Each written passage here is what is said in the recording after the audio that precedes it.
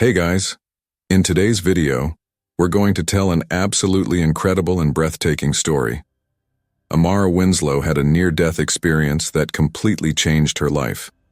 During this journey, she saw something that shocked her. Christians in hell. What could have happened? Get ready to hear a story that will change your beliefs and your way of seeing the world. Before we start, comment here from which city you are watching, and if you are not yet subscribed to the channel, subscribe and activate the bell so you don't miss any videos. Hi, my name is Amara Winslow. I never thought I would be here telling this story, but life sometimes surprises us in ways we can't imagine, right? I'm 53 years old now. I've been married to Ethan for 19 years, and we have a son, Noah, who is now 18. Our life has always been quite ordinary, you know? I worked as an accountant, Ethan is a high school teacher, and we lived that typical middle-class family routine. But something happened to me a few years ago that completely changed the way I see the world, life, and everything else. It was a near-death experience. Yeah, I know it sounds crazy. I didn't really believe in these things myself before. I thought it was something from movies or people who like to attract attention, but it happened to me, and it was so real, so intense, that there's no way I can deny it or simply pretend it didn't happen. I'm not here to convince anyone of anything, I just want to share what I experienced. Maybe it will help someone who has been through something similar and is feeling lost or confused. Or maybe it can make people think a little more about life, about what really matters. Before all this happened, I was a very skeptical person, you know? I didn't care much about religion or spirituality. My life revolved around work, family, bills to pay. The basics, right? But after that experience, well, everything changed. The way I see people, how I deal with everyday problems, even how I relate to my husband and son. It's funny how we spend our whole lives thinking we know things, that we understand how the world works, and suddenly something happens and turns everything upside down. It was like that with me. One day I was the usual Amara, worried about the dinner I had to prepare and the meeting the next day at work. The next I was, well, somewhere else. A place I didn't even know existed. But I'm getting ahead of myself. I'm going to tell you everything from the beginning, so you can understand how this experience happened and how it affected me. I don't expect everyone to believe or agree with what I'm going to say. I just ask that you listen with an open mind. Because in the end, what happened to me taught me that there is much more to this life, and beyond, than we can imagine. It was a Tuesday like any other. I remember it well because I had just returned to work after maternity leave. Noah was 3 months old and I was still adapting to the new routine as a working mother. That morning I woke up with a terrible headache. I thought it was just tiredness, you know? After all, it's not easy to take care of a baby and still manage the work. I took a painkiller and went to the office. The pain didn't go away, but I tried to ignore it. I had a pile of reports to review and I couldn't afford to miss it, especially having just returned. At lunch, the pain got worse. I started to feel a strange dizziness, as if the world was spinning around me. I thought about calling Ethan, asking him to pick me up, but I didn't want to bother him. He was already doing so much, taking care of Noah while I worked. Around 3 in the afternoon, the situation became untenable.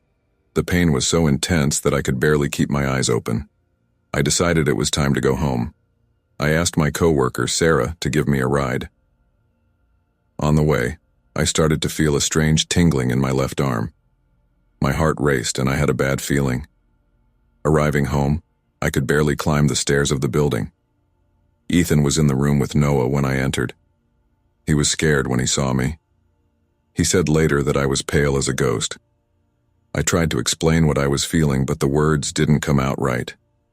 The last thing I remember was seeing Ethan's worried face as he picked up the phone, probably to call an ambulance, and then everything went dark.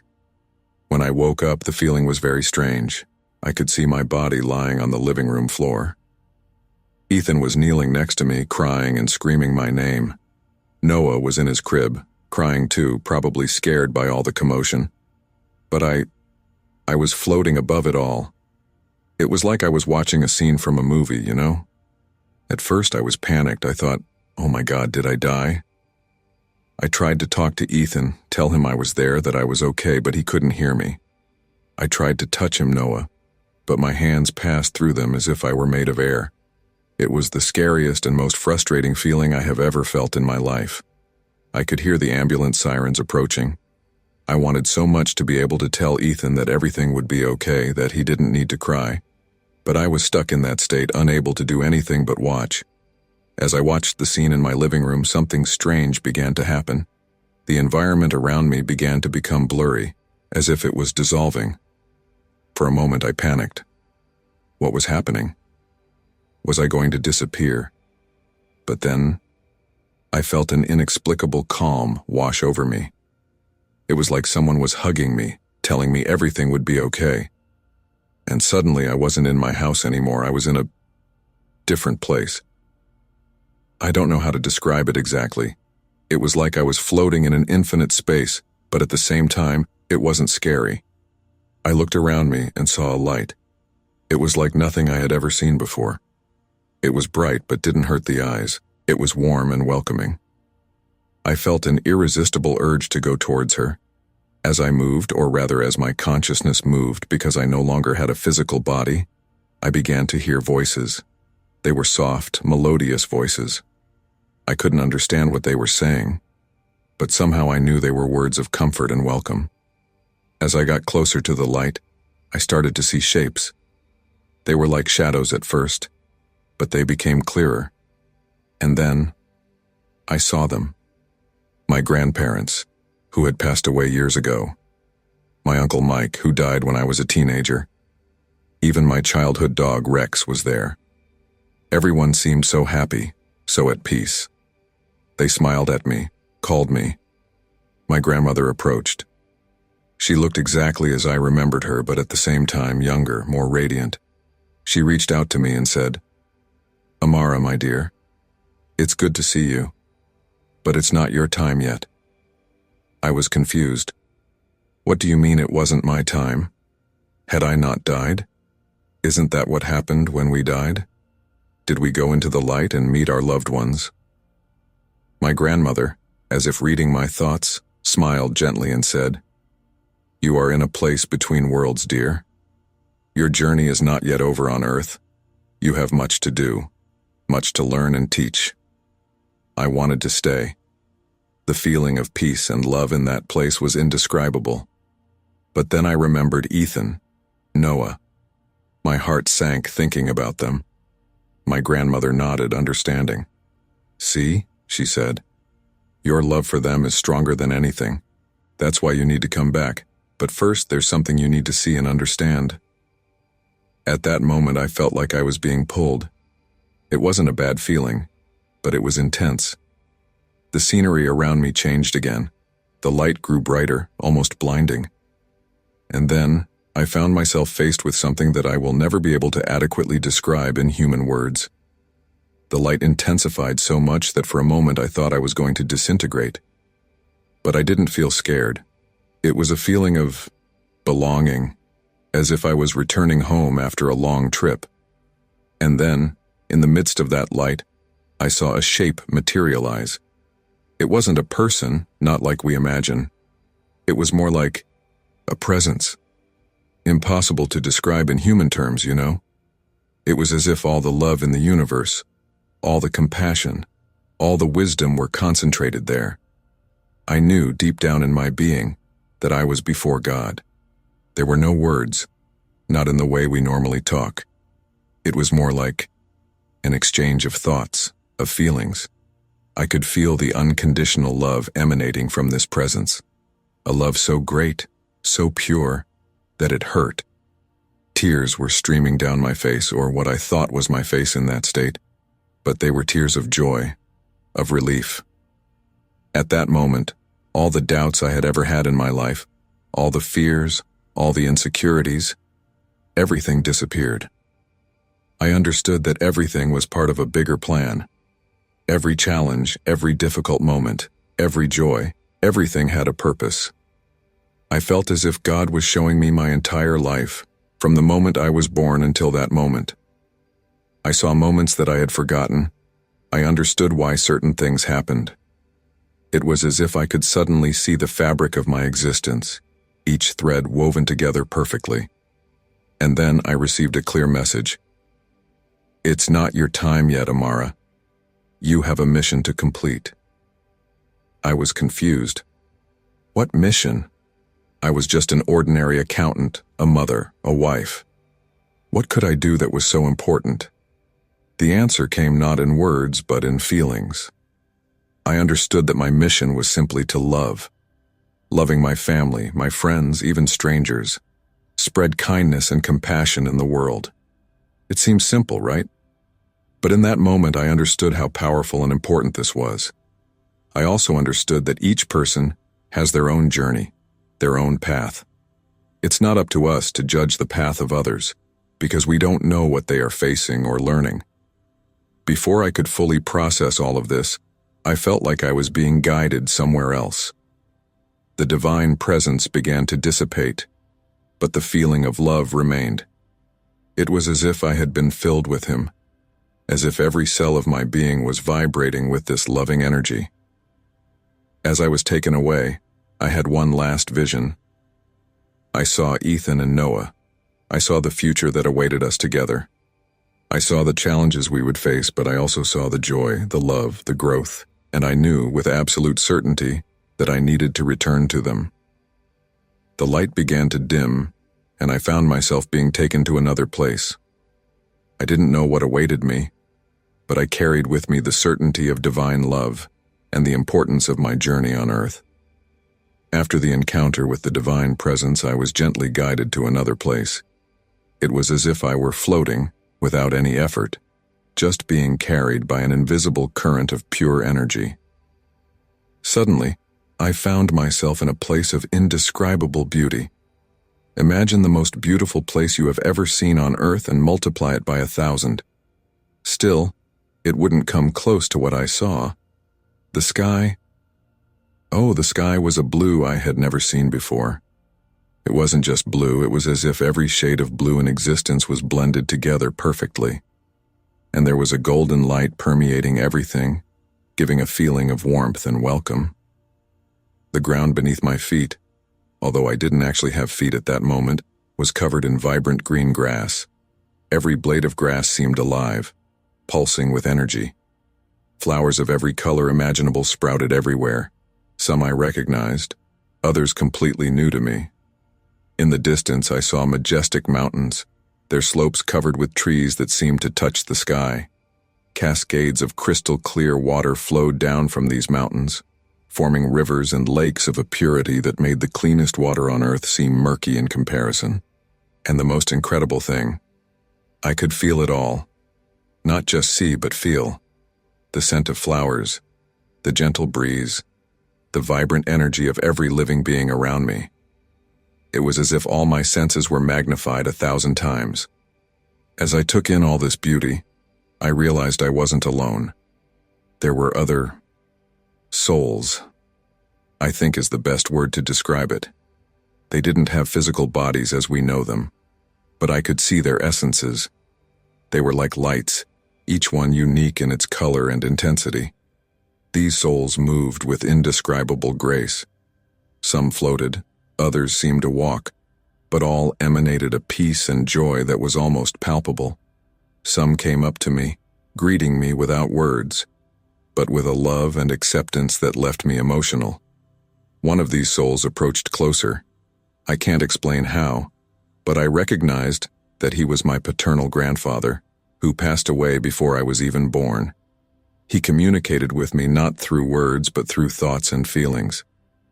"Welcome, Amara," he said without speaking. "This is a glimpse of what awaits us all. But remember, you still have much to do on the earthly plane." I wanted to stay. The peace, the love, the beauty. Everything was so perfect that the idea of returning to life on earth seemed almost painful. But then, as if responding to my thoughts, my grandfather showed me visions of my family. I saw Ethan taking care of Noah with so much love, even in the midst of pain and concern about my condition.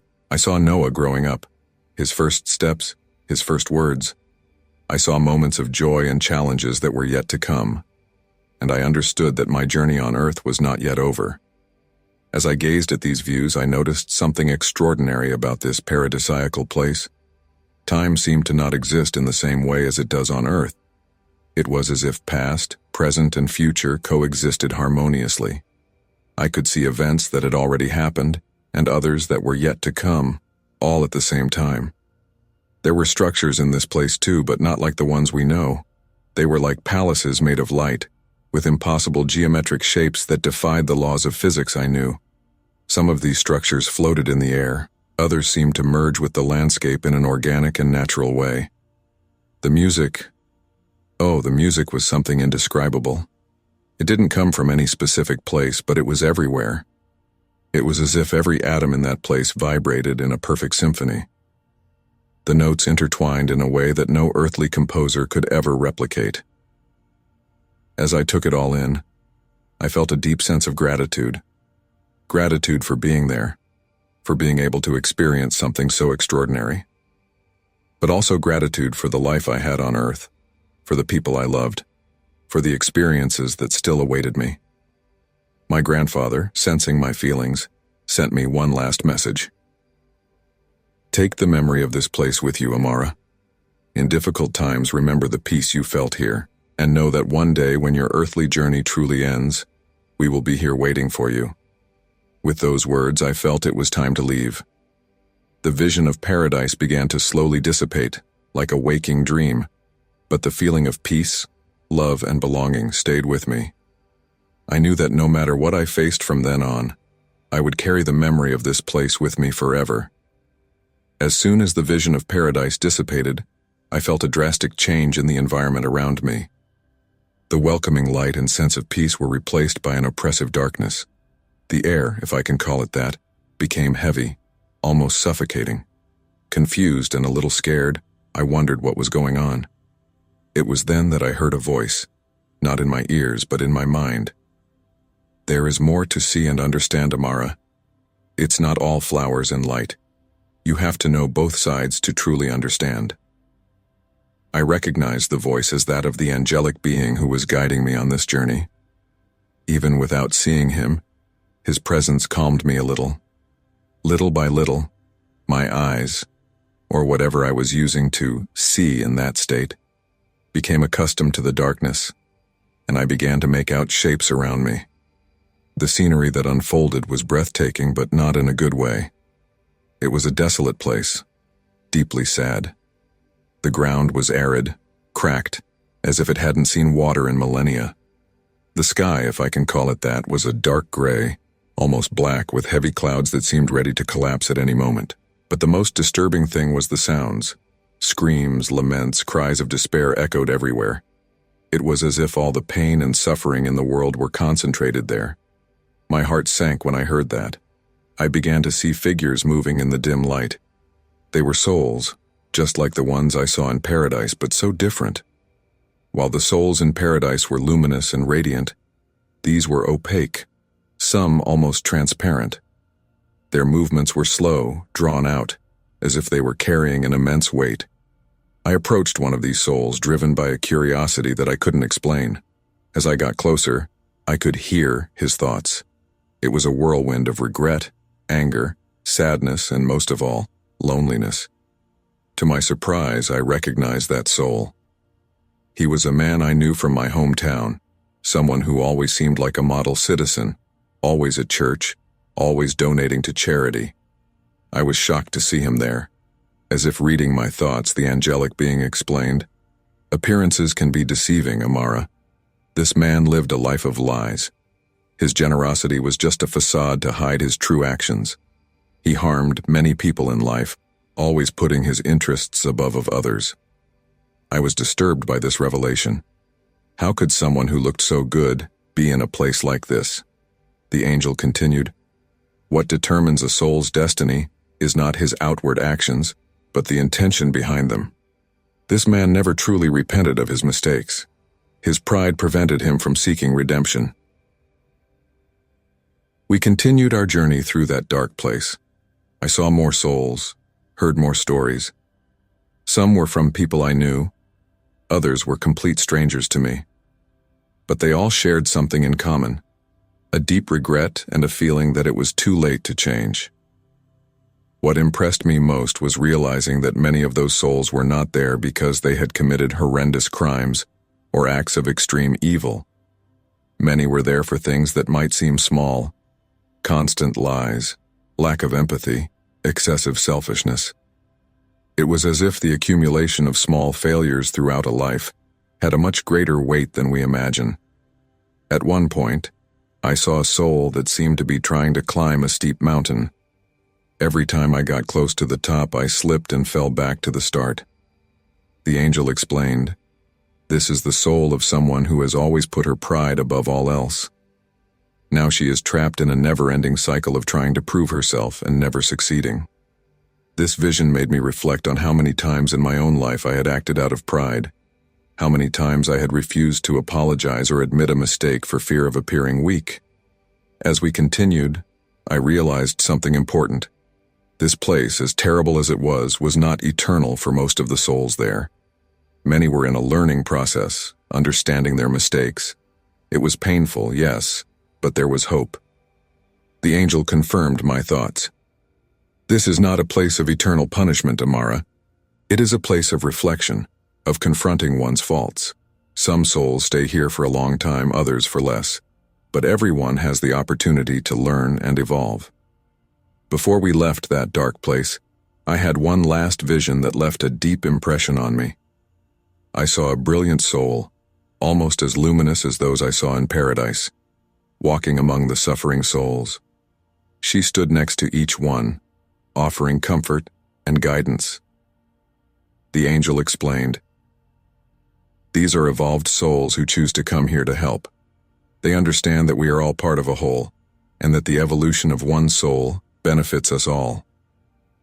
This vision filled me with hope and made me understand that even in the darkest places, the light of love and compassion can shine. I left with a deeper understanding of the importance of our daily choices and the impact they have not only on our lives, but on the lives of everyone around us. As we left that dark place, I felt a change in the environment around me. We did not return to the glittering paradise I had seen before, but found ourselves in a neutral space, like a vast field of pure energy. It was there that the angelic being who guided me began to share with me some of the most profound lessons of my journey. "Amara," he began, his voice echoing in my mind, "what you have seen and experienced thus far is only a fraction of what exists beyond the physical plane. But there are important lessons you must take with you back to your earthly life." I felt completely open and receptive, eager to absorb every word, every teaching. The first lesson he shared was about the nature of time. On Earth, you perceive time as something linear, a constant flow from past to future. But reality is much more complex. Time as you know it is an illusion. Past, present, and future coexist simultaneously. This explained the feeling I had in paradise, of being able to see past and future events at the same time. But the implications of this were enormous. It meant that our actions in the present not only affected the future, but in some mysterious way, the past as well. The second lesson was about the interconnectedness of all things. Every thought, every action, every choice you make has an impact on the entire universe, explained the angel. You are all connected, not just to each other, but to every living being, to every particle of existence. This revelation made me reflect on how we often act without thinking about the consequences of our actions. How many times had I been rude to someone without considering how it might affect not just that person, but an entire chain of events? The third lesson was about the purpose of life. Many on Earth seek a great purpose, a great mission. But the truth is that the purpose of life is simple. It is to love and evolve. Every experience, every challenge, every joy, and every pain are opportunities for growth. It made me think about how I often felt frustrated that I wasn't doing something important with my life. But now I understood that every small act of kindness, every teachable moment, was deeply meaningful. The fourth lesson was on the nature of evil and suffering. What you call evil is not a force opposed to good, but rather an absence of love and understanding, the angel explained. The suffering you experience on earth is not a punishment, but an opportunity for growth and understanding. This shed new light on the difficulties I had faced in life. These were not random obstacles, but carefully chosen opportunities for my personal growth. The fifth lesson was about death. Death, as you understand it, does not exist, said the angel. It's just a transition, a change of state.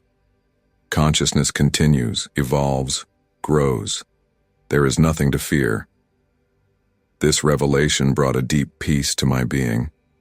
The fear of death, which I didn't even know I carried, completely dissolved. The sixth lesson was about the power of thought. Your thoughts are much more powerful than you realize, the angel explained. They literally shape your reality. That's why it's so important to cultivate positive, loving thoughts. This made me reflect on how many times I had sabotaged myself with negative thoughts, doubts, and fears. I promised myself that I would pay more attention to my thought patterns from now on. The seventh lesson was about forgiveness. Forgiveness is not just an act of kindness towards others, but a gift you give yourself, said the angel. Holding grudges is like drinking poison and waiting for the other person to die. Forgiveness frees your soul and allows you to evolve. I thought about all the hurts I carried, some for years. I understood that it was time to let them go, not for others, but for myself. The eighth lesson was about the importance of the present moment. Many of you live stuck in the past or anxious about the future, forgetting to live in the now, explained the angel. But it's in the present that life happens. It's in the present that you have the power to make choices and create change. This lesson made me realize how many times I had missed precious moments because I was worried about what had already happened or what could happen. The ninth lesson was on the nature of love. Love is not just a feeling. It is the very essence of the universe, said the angel. It is the force that creates, that heals, that transforms. The more you open yourself to love, the more you align with the true nature of existence. I then understood that love was not something to be sought outside, but something to be cultivated within myself and shared with the world.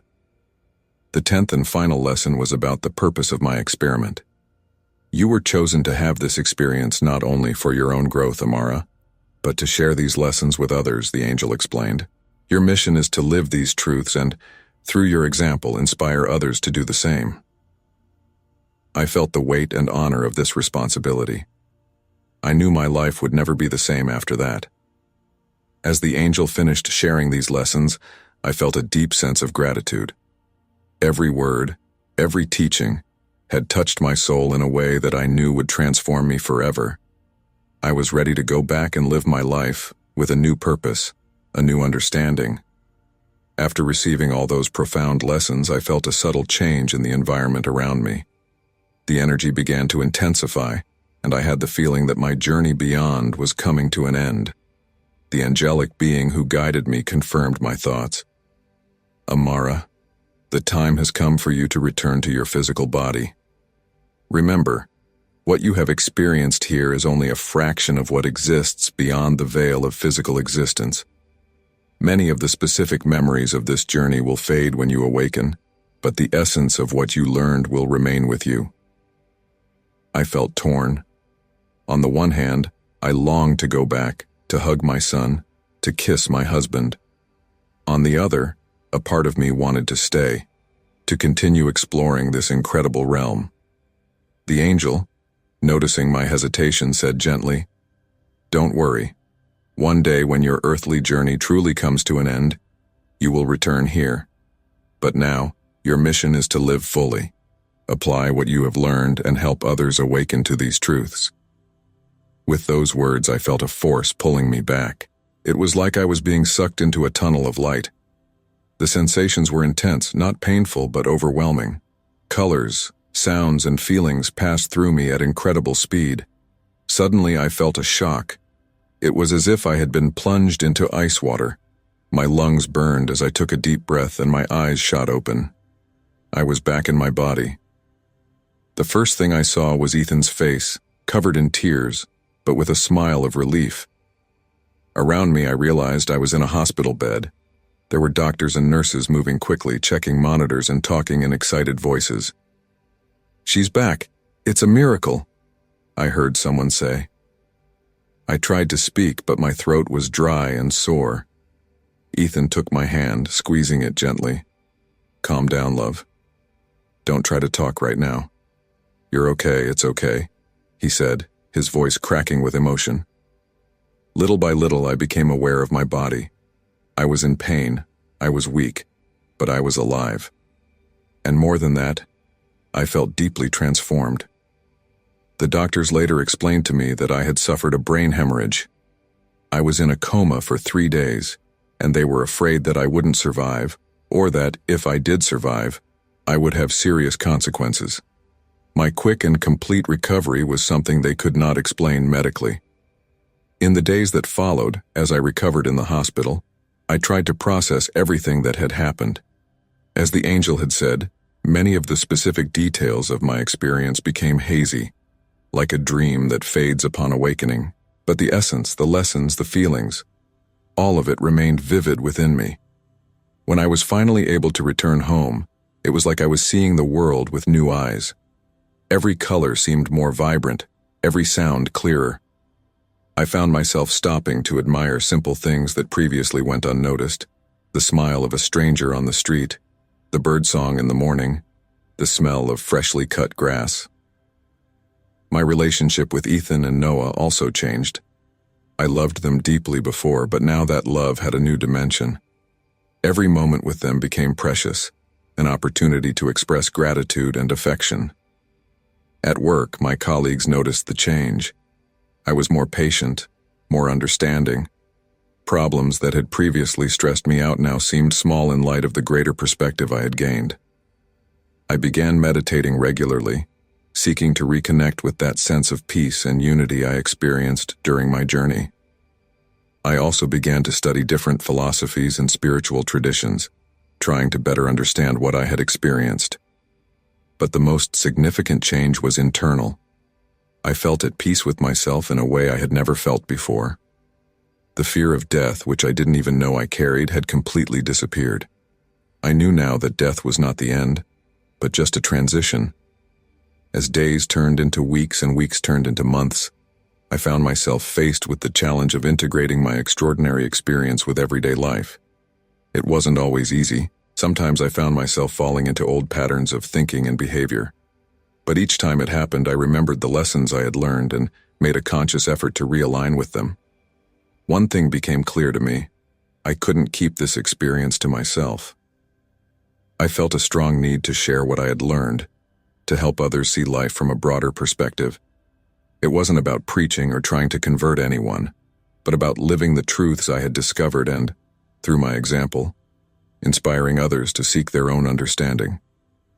The months following my near-death experience were a time of profound transformation and adaptation. Returning to the daily routine after having glimpsed what lies beyond this life was not easy. I often found myself lost in thought, remembering fragments of my journey, trying to better understand what I had experienced. One of the biggest changes was in the way I faced everyday challenges. Problems that once seemed enormous were now seen in a new light. It wasn't that they had disappeared. Bills still needed to be paid. There were work deadlines to meet, occasional arguments with Ethan, but my reaction to them was completely different. I remember a particularly difficult day at the office. An important project had gone wrong, and the client was furious.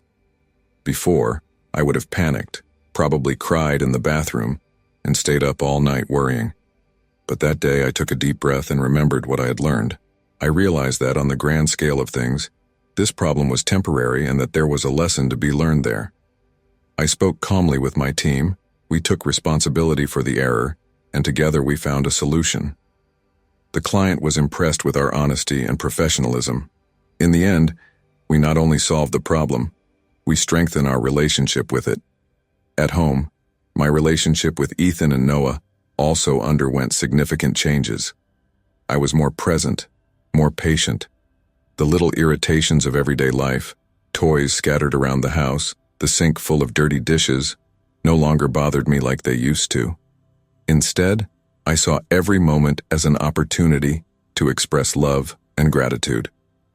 One night, as I was putting Noah to sleep, he asked me a question that took me by surprise. "Mommy, you changed after you got sick. Why?" I was silent for a moment, thinking about how to explain my experience to a 4-year-old. Finally, I said, "You know, Noah, when I was in the hospital, I learned some very important things. I learned that life is precious and that we should enjoy every moment. I learned that love is the most important thing there is." He looked at me with those big, curious eyes and said, "I like the new you, Mommy." That moved me deeply. My new perspective also affected how I related to other people. I began to see each individual as a soul on a journey, just like me. It made me more compassionate, more understanding. Even when someone treated me badly, I tried to look beyond the immediate behavior and understand what could be causing that attitude. At work, this translated into a new leadership style. I started to encourage my team more, to value their individual contributions. I began to see each challenge as an opportunity for growth, not only for myself, but for everyone around me. My health has also improved significantly. I started practicing yoga and meditation regularly. I changed my diet, opting for more natural and nutritious foods. It wasn't a question of following a strict diet, but of respecting and taking care of my body in a way I had never done before. One of the hardest things was dealing with people's reactions when I shared my experience. Some were fascinated and wanted to know more. Others clearly didn't believe it and looked at me skeptically. Some even suggested that I seek psychiatric help. At first, this bothered me.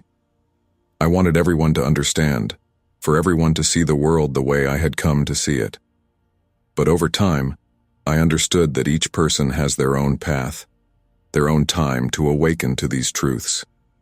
My role was not to convince anyone, but to live in accordance with what I had learned and, through my example, plant seeds of reflection. I started participating in support groups for people who have had near-death experiences. It was comforting to meet others who had been through something similar. We shared our stories, our doubts, our discoveries. These encounters helped me to better process my experience and integrate it into my everyday life. Over time, I felt called to share my story more widely. I started giving talks in small groups, in churches, in community centers. Not to preach or convert, but to offer a different perspective on life and death, to inspire people to live with more awareness and love. Of course, not everything was easy.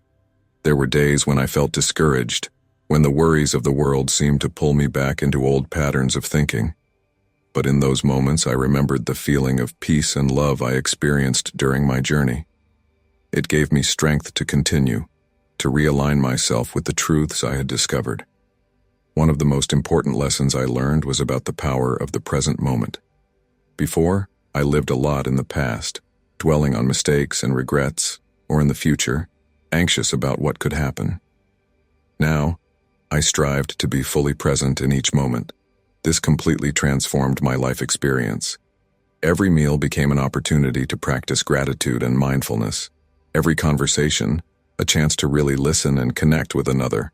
Every challenge, an opportunity for growth and learning.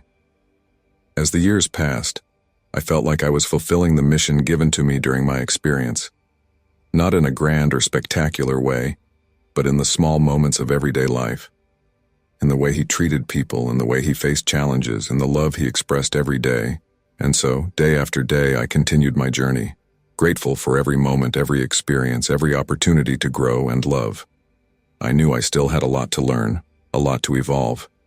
But now I understood that this was exactly the beauty of life, an eternal process of discovery and growth.